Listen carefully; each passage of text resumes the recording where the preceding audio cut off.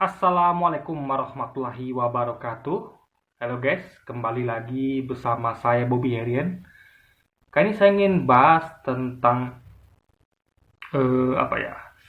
Pertanyaan Mbah Sujiwo Tejo. Jadi beliau itu di acara apa ya? Catatan Demokrasi TV One yang mana itu mengundang tiga orang juru bicara ya semacam juru bicara dari capres nanti di pemilu 2014 dari apa calon presidennya itu Ganjar, Prabowo sama Anies. Jadi dia mengajukan pertanyaan seperti ini ya, dan saya lihat ya dari juru bicara Ganjar dan Prabowo tuh nggak bisa jawab guys. Dalam artian jawabannya tuh nggak nyambung gitu. Ya kan, padahal ini sebenarnya kalau kita teliti pertanyaan ini apa jawabannya gampang sekali gitu. Ini dari perspektif saya gitu kan. Jadi apa ya, sementara itu yang lebih bikin nggak enaknya itu kan dari juru bicara Prabowo itu Andre Rosiade itu kebanyakan hanya memuji guys. Jadi dia tuh kebanyakan lip service gitu, memuji. Dia terlalu memuji. Padahal dulu saya kagum pada Bang Andre ini, saya kagum dulu ketika apa beliau masih apa namanya waktu capres tahun 2019 itu saya masih kagum sama beliau gitu. Beliau nggak seperti sekarang sepertinya. Jadi beliau ini sekarang nih argumentasinya tuh kehilangan arah karena terlihat terlalu banyak memuji. Kita boleh memuji, boleh, bahkan bagus malah. Tapi kalau terlalu banyak juga jadinya enek gitu kan. Jadi nggak dapat esensinya. Kebanyakan memuji kehilangan arah dan arah argumentasi sehingga apa argumentasinya itu tidak lagi berisi guys gitu. Jadi kebanyakan isinya hanya memuji itu. Nah ini kita akan bahas tentang pertanyaan Mbak Sujiwo Tejo. Jadi beliau mengajarkan kritik ya. Tentu kritiknya kepada pemerintah sekarang dan pemerintah sebelumnya. Beliau merasakan bahwa di ruang publik itu ya, jadi kenapa kita nih kok hipokrit gitu. Di hipokrit ini gak adil lah gitu macam istilahnya. Jadi kenapa kok kayak misalnya kayak dia kan perokok, dia bilang rokok itu salah. Saya nggak bilang rokok itu benar, rokok itu salah. Tapi kenapa nggak dilakukan hal sama seperti gula gitu kan, gula pasir gitu. Jadi beliau beliau sedikit curhat kalau di bandara itu ya, itu kan ruangan bukan hanya di bandara tapi beliau cerita tentang bandara. Jadi di tempat-tempat umum gitu kan, itu ruangan untuk perokok itu disediakan terbatas. Jadi ya nggak kumpul dengan publik lah gitu. Jadi beliau mengatakan bahwa ruangannya tuh bahkan beliau sebut seperti kandang anjing gitu. Persis kandang anjing gitu. Ini saya rasa memang terlalu berlebihan ya. Tapi itu pasang beliau mungkin seperti itu ya sah-sah saja gitu kan. Nah, jadi eh, apa namanya nggak kurang layak gitu. Tapi kata dia apa syukur dia bisa malah bisa berinteraksi dengan orang karena kalau di tempat luas kan orang pada cuek, tapi kalau di situ kan memang terpaksa karena tempatnya kecil sempit, jadi orang terpaksa ada teman ngobrol gitu guys. Jadi apalagi sama-sama hobi, sama-sama perokok gitu kan. Nah, ini kenapa tidak diperlakukan sama kayak gula pasir. Jadi kalau di rokok itu dia ada di kotak rokok itu keterangannya adalah rokok ini membunuhmu ya, menyebabkan kanker, gangguan kehamilan dan janin gitu. Kenapa nggak dibuat yang sama dengan gula pasir, berbahaya, gula pasir membunuhmu gitu. Nah ini perlu kita jawab dulu. Jadi gini, eh, Mbak Sujiwo Tejo mungkin lupa bahwa rokok dengan gula pasir itu adalah dua produk yang berbeda ya. Jadi gini, rokok itu mengandung racun, ingat ya, racun, sementara gula tidak. Gula kita tahu ya, yang yang diakibatkan oleh gula itu biasanya adalah penyakit gula alias diabetes. Nah, kalau rokok itu ya tadi itu. Jadi di kotak rokok itu dikatakan bahwa menyebabkan kanker, gangguan kehamilan dan janin, bahkan bisa membunuh. Dan itu bukan asal-asalan. Jadi apa yang ada di tertulis di kotak rokok itu adalah berdasarkan dari apa namanya kajian dokter. Jadi nggak sembarangan itu. Jadi dokter. Jadi kita kan kalau dalam Islam itu kita mengenal namanya serahkan pada ahlinya. Nah, kalau kita ngomong tentang rokok, apa efeknya, karena itu kan berhubungan kesehatan, ya tentu kita tanya pada ahlinya, itu dokter. Jadi itu nggak bisa lagi dibantah, guys. Dalam artian ya sudah kita serahkan pada ahlinya. Memang itulah rokok bisa menyebabkan kanker, ya seperti dikatakan di kotak rokok, kanker, gangguan kehamilan janin, serta bisa membunuh gitu.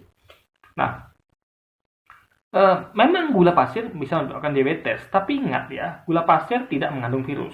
Rokok mengandung virus. Jadi virus, bukanlah virus, racun ya. Racun yang ada di rokok itu sedikit banyak, walaupun sedikit pun itu bisa merugikan, bisa menyebabkan gangguan kesehatan, walaupun sedikit. Nah, ini beda sama gula pasir. Gula pasir ya, itu dia hanya pada dosis tertentu. Jadi bahkan kita diharuskan minum gula pasir gitu. Dalam artian dalam keadaan tertentu. Contoh kayak papa saya ya, ini pengalaman hidup. Jadi papa saya itu pernah kena penyakit gula ya beberapa waktu yang lalu. Itu beliau tuh justru nggak minum gula sama sekali, harus minum gula. Tapi tentu tidak boleh berlebihan. Jadi beliau tuh ada namanya pengecekan gula darah ya, itu nggak boleh terlalu tinggi, nggak boleh terlalu darah. Apa rendah? Kalau terlalu tinggi berarti gula darah tinggi. Kalau terlalu rendah gula darah rendah. Jadi nggak boleh dua-duanya. Kalau gula darah terlalu tinggi, ya beliau itu jadi sering kencing gitu kan. Beliau tuh ya bisa merasakan sakit di ulu hati dan segala macam. Tapi kalau gula darah terlalu rendah, beliau akan lemes dan sama-sama berbahayanya gitu guys.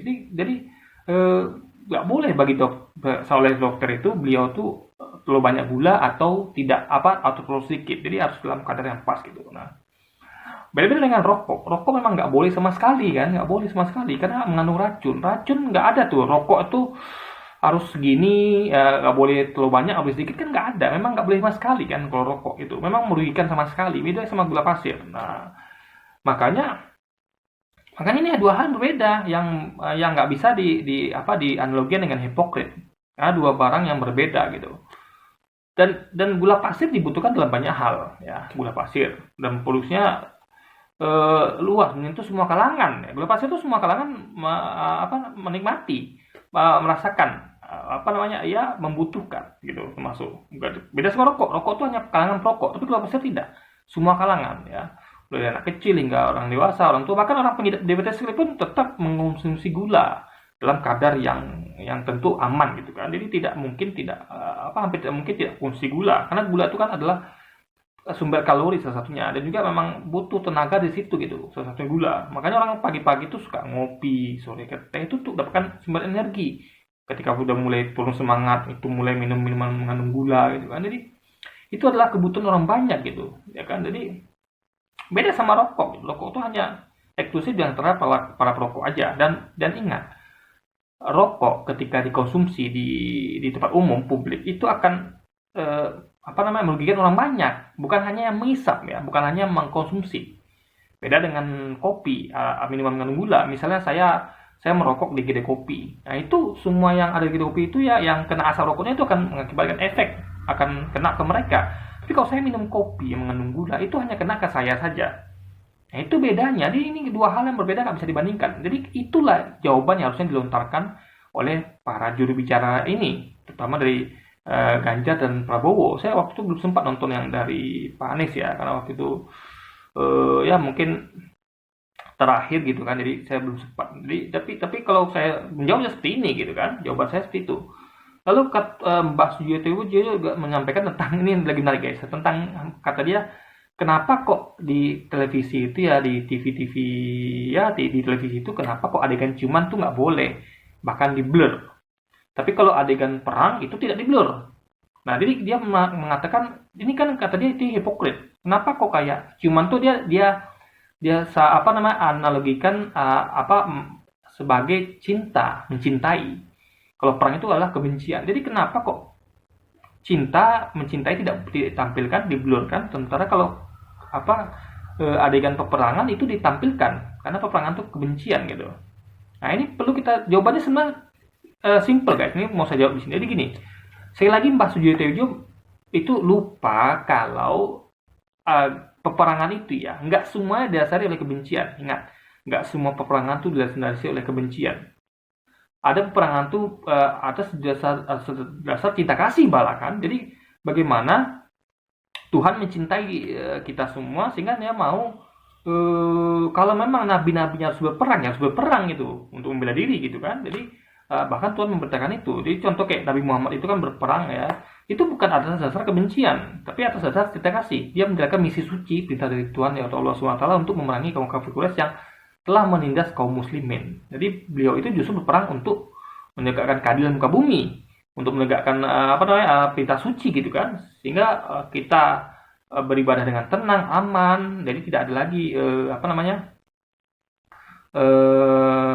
apa ya apa sih istilahnya pelecehan atau pendiskriminasian atau bahkan ya kezoliman pada kaum muslimin gitu, pada orang-orang beriman gitu kan. Nah, makanya diperangilah kaum kafir Quraisy dan terutama mereka memerangi duluan gitu. Nah, jadi dalam rangka membela diri dan menegakkan perintah suci, perintah pesan suci gitu. Jadi ini nggak bisa dikatakan kebencian gitu kan.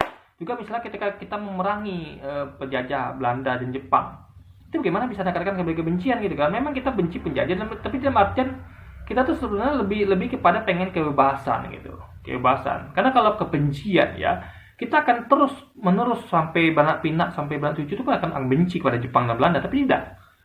Jadi hanya sebatas untuk agar kita merdeka. Nah, setelah merdeka kan kita tidak lagi memerangi mereka. Jadi selama mereka tidak mengganggu kita, kita tidak mengganggu mereka. Nah, itu tidak bisa dimutlakkan sebagai kebencian gitu, ya kan? Nah, jadi dan perlu diingat juga ya, kita nih kita selain umat beragama ya di Indonesia ini adalah negara yang mayoritas pemeluk agama gitu kan, dari Islam, Kristen, Hindu, Buddha. Kita juga adalah budaya Timur. Kita menganut budaya Timur, di mana memang hal-hal yang begitu itu memang ditabukan, diharamkan, tidak diperbolehkan. Itu kan budaya Barat. Ciuman itu kan budaya Barat. Cumannya di depan publik ya, depan umum. Tapi kalau Anda di ruang pribadi, di ruang privat silakan. Anda dengan istri Anda di kamar silakan gitu. Tapi kalau di ruang publik tidak. Itu namanya tidak sesuai dengan budaya Timur dan juga dengan agama-agama yang ada pasti melarangnya. Nah, itu tidak boleh disamakan dengan perang tadi. Nah, jadi coba Anda bayangkan ya, perang, coba Anda bayangkan kalau misalnya disamakan. Adegan perang di TV disamakan dengan adegan ciuman di TV. Ini kan akan kacau. Kalau adegan ciuman memang harus dilarang, gitu kan? Nah, karena itu adalah ranah privat jatuhnya. Itu adalah hal yang tabu bagi budaya Timur dan juga bagi agama-agama, bagi penganut agama dan ajaran agama. Tapi kalau peperangan, itu adalah suatu pelajaran bahwa begini ternyata kekejaman perang itu seperti ini. Makanya sehingga orang itu tidak lagi melakukan itu. Dia diambil pelajarannya justru perang itu, bukan untuk dicontoh. Jadi ketika ada perang di TV, ya, ada berita perang Ukraina dengan Rusia, perang ini yang ini, itu kan ditampilkan bagaimana ada anak-anak yang menderita, ada orang-orang tua menderita, ada orang-orang yang kelaparan, orang-orang yang terluka, bahkan terbunuh. Itu kan harusnya jadikan pelajar.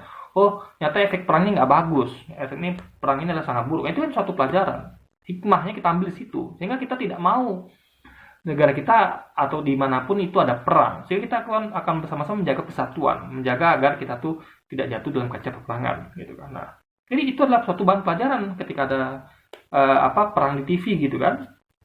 Dan juga ingat ya, banyak film-film perang, contohnya perang di Diponegoro, perang Imam Bonjol, perang kemerdekaan, itu adalah dampaknya perang-perang para nabi. Rasulullah ketika memerangi kaum kafir Quraisy itu kan ditayangkan di TV, film-film sejarah gitu. Nah, itu gimana kalau nggak ditayangkan gitu kan?